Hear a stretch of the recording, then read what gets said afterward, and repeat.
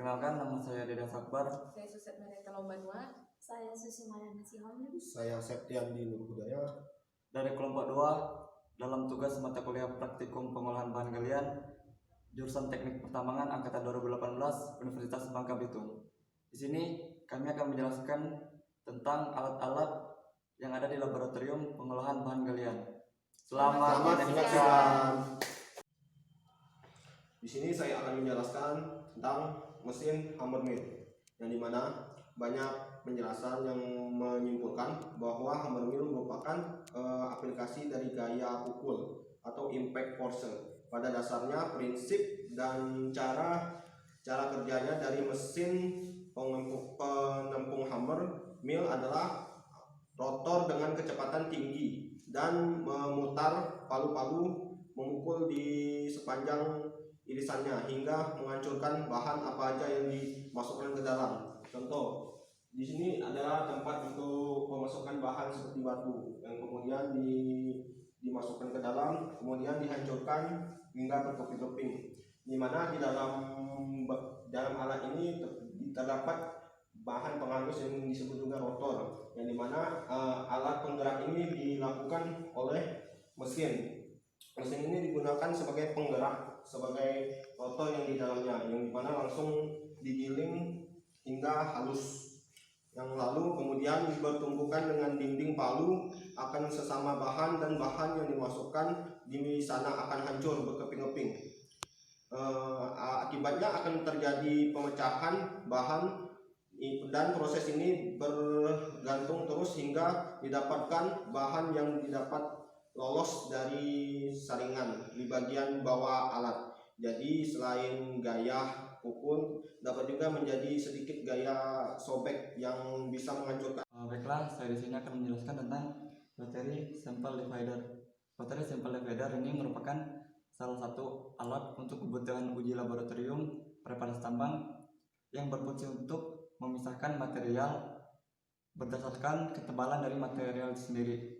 Secara bahasa umum, rotary sample divider ini merupakan alat yang digunakan untuk memisahkan material mulai dari serpihan yang halus hingga serpihan material yang kasar. Untuk secara mekanisme alat, rotary sample divider ini memiliki cara kerja yang cukup sederhana, yaitu cukup memasukkan material sampel yang masih tercampur ke dalam hopper inlet yang merupakan bagian terpenting dari rotary sample divider itu sendiri. Selanjutnya, seiring mesin dihidupkan, itu alat tersebut gate penutup hopper, dan material tersebut akan melaju ke vibrator feeder dan bermuara di bucket. Nanti bucket ini akan berputar sendiri, akan menentukan serpihan dari material yang secara halus hingga secara kasar. Untuk alatnya sendiri, ini ada tombol switch on sama off untuk menghidupkan alat rotary sample divider itu sendiri, dan ada pengaturan vibrator, dan ini power feedernya. Mungkin sekian penjelasan dari saya. Baik, saya akan menjelaskan tentang shift shaker. Seperti namanya shift shaker, ini merupakan alat vibrasi untuk pengayakan. Ini adalah merupakan suatu alat yang berfungsi untuk memisahkan serbuk material berdasarkan ukuran butirnya. Alat ini terdiri dari beberapa penyaring dengan ukuran lubang saringan yang berbeda-beda. Proses pemisahan dilakukan dengan menggetarkan penyaring dengan amplitudo dan waktu tertentu sehingga material yang tertinggal di masing-masing penyaring ini memiliki ukuran sesuai dengan besar lubang saringan di atasnya. Salah satu fungsi dari alat ini yaitu untuk memisahkan serbuk batu berdasarkan ukuran yang nantinya digunakan untuk penggunaan sampel atau dan lain sebagainya.